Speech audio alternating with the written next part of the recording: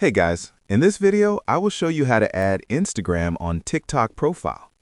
Alright, let's begin. First, open TikTok and tap on your profile icon in the bottom right corner. Next, tap the menu icon in the top right and select Settings and Privacy. From here, tap Account and choose Switch to Business Account. Follow the on-screen steps, select a category such as Others, then press Next and complete the setup. Once your business account is active, return to your TikTok profile and tap Edit Profile. Now select Links, then tap URL. If prompted, press Get Started and complete the business registration steps. This option allows you to add external links directly to your profile. If you are unable to switch to a business account, there is another option.